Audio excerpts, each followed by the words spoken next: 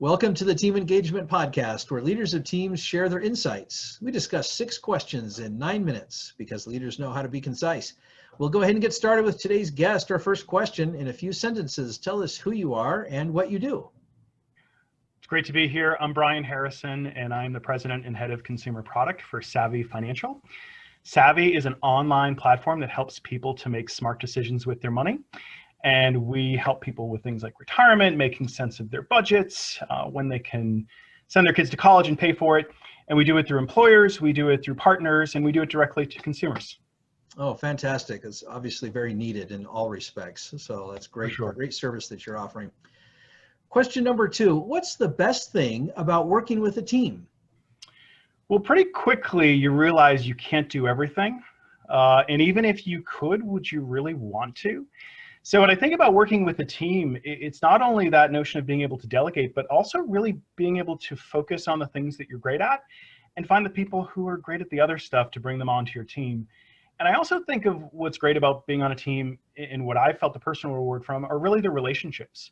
Mm-hmm. When you build a team, of course it's business and we've got to follow protocols, but when you look back over a career over time, you make friends through the process of work and through connections. And forgive me if it's a little cheesy, but when it's a really good network, it's not work. It really can be personally rewarding. So I think best part of working with a team, you fill in those gaps in your own skill sets and you build great relationships and can have fun. I really like that. I hear a lot of folks talk about the filling in the gaps and relying on strengths, delegation, but I also completely agree that the friendships and the relationships, the human element, I've always appreciated that about teams as well. So great comment. Question number 3, I hear from other leaders of teams that it can be a challenge to get team members engaged. Tell us your thoughts. Well, if every time we aligned the right hire to the right role, then we wouldn't have to worry about engagement. But raise your hand if you've ever put the wrong person in the wrong role. Maybe you made a great hire, but they just weren't a good fit for the role you hired them for. And engagement is critical, and it's not always easy to find. But when we look back at it, I kind of go to that Simon Sinek tactic of focusing on the why. What's the why behind the mission of your team and your company? And most importantly to that individual, how does their work make a difference? And it's really about ascribing meaning to the job that they're doing. Now, if you ask individuals, how can I help you to be more engaged with your work? They'll universally say, well, you could pay me more, you could give me a promotion. And studies have shown that actually, although people appreciate that, the greatest bang for the buck is actually for people to feel rewarded, to find meaning in the work that they do, and understand that they make a difference and that they're appreciated. And that can sometimes just be as simple as giving regular feedback.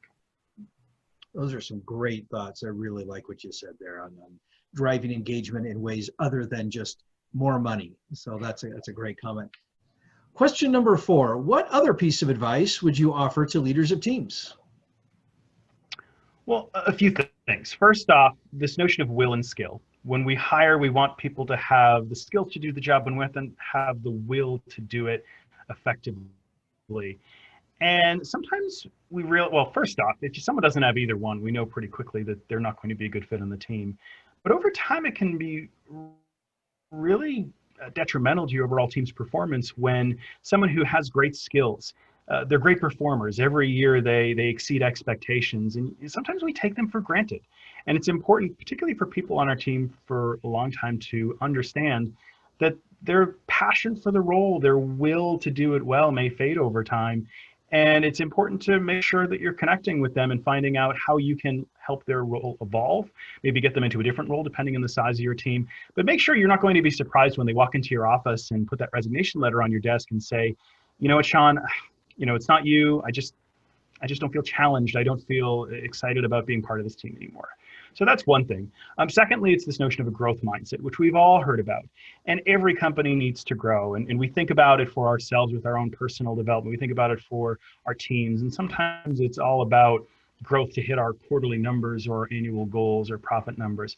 But helping your individuals on your team to have that personal growth mindset. And then how can you play a role? When we look back over our careers, it's those mentors we look back to that really made a difference. And that's part of helping foster personal and professional growth in our individuals. So how can you convey a growth mindset, not just at a company level or team level, but at a personal level. And I think it's important with your teams to go beyond the performance review.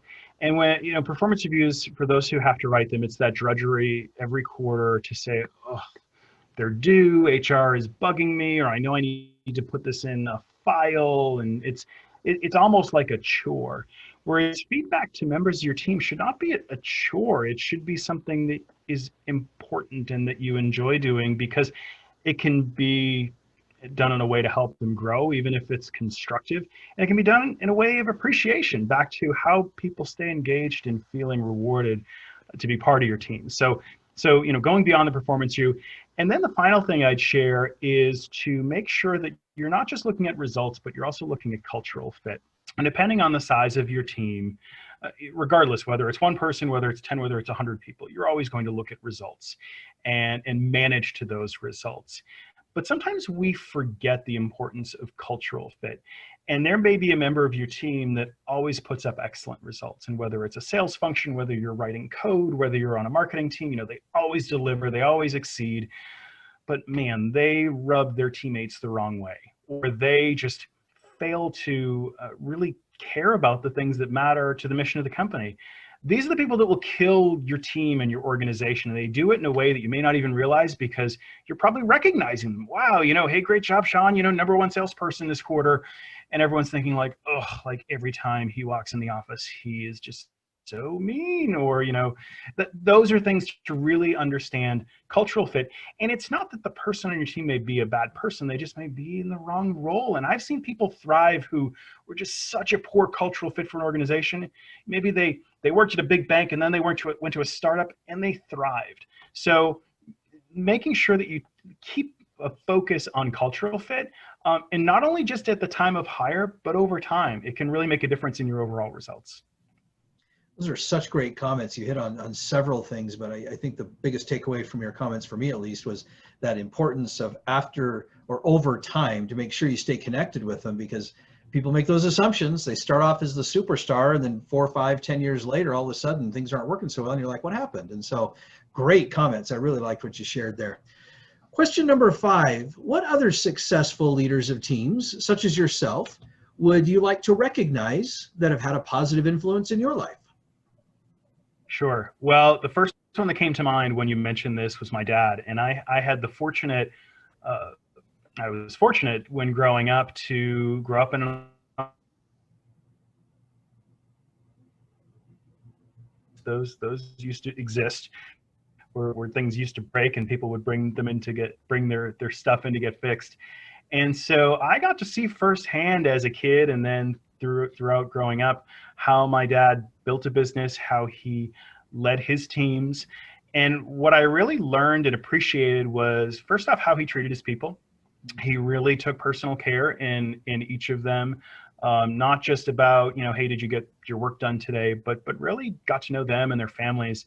And that piece I mentioned earlier about, what's the real value of a team, it's relationships. I saw that from him really firsthand.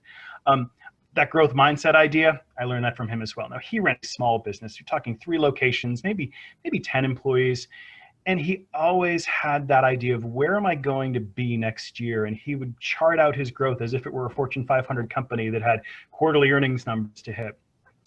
And finally, I got to learn from my dad how to evolve in a time of crisis. Now, his business actually failed, and it wasn't due to his skill sets or his strategy. It was the fact that the industry really died. Stuff stopped breaking. If your VCR, you remember VCRs? If your VCR broke, you just went down to Best Buy and you bought a new one.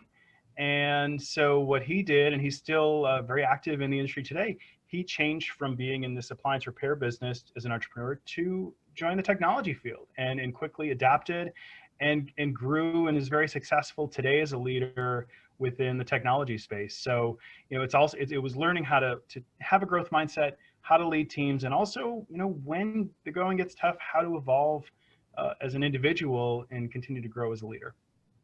Wow, what a great tribute to your dad, and you obviously learned a lot from him. And our last question is always, tell us about your first job. It sounds like it's kind of a little bit of an overlap, but feel free to discuss anything else that you may have learned about your first job there working with your dad. Yeah, it was. You know, it's oftentimes I think it was that my first real job, but it was a chance where even you know, I don't know if there were any child labor laws broken. I think the statute of limitations in the state of Massachusetts or Rhode Island may have passed. Um, but it's interesting because I've already seen how you know, even at a younger age, when he could put me to work and make sure that I, you know, treat me like a member of his team. Okay, well, you know, if you're going to be getting paid for this, then, you know, here's what I expect. And if you fall short, then, you know, that's going to be an issue. So I learned a lot with that. And it's kind of funny, just as an aside, because I did work for him and was, you know, kind of a desk person at one of his locations. But it was funny, just as things come full circle. Just recently, we did some work on my home, and my 10-year-old son, I said, you know, we're going to need help on Saturday, and we need you to really stay focused, and we can pay you. And he got a clipboard, and we set an hourly rate, and he took notes, and I was just like, wow, this is kind of cool. It's kind of the same thing that my dad did for me. So I learned a lot working for him. But then, you know, the allure of working at the mall at a music store was just that much cooler. So I did leave working for my dad because, you know, the notion of working at the mall back in the day was apparently just irresistible. But certainly learned a lot with having my role there as my first job. Well, that's great. Thank you for sharing those stories. And Brian, thank you so much for being on the podcast today. How can people find you? Well, thanks for asking. So SAVVI Financial, you can find us at savvifi.com. Now it's Savvy with an I. So SAVVIFI.com, or you see the logo over my shoulder. You can Google SAVVI Financial and find us. We have a free trial. So if you are looking to help put together an actionable financial plan for yourself, you can try us out with no obligation. And if you're looking for an employee benefit that can help your teams to just make smart money decisions and not stress about their money, we'd love to chat. Great. Thank you. This is Sean Richards with the Team Engagement Podcast, where leaders of teams share their insights. For more ideas, you can find us on LinkedIn by searching Blue Sky Business Consulting. Thanks for joining us. Have a great day.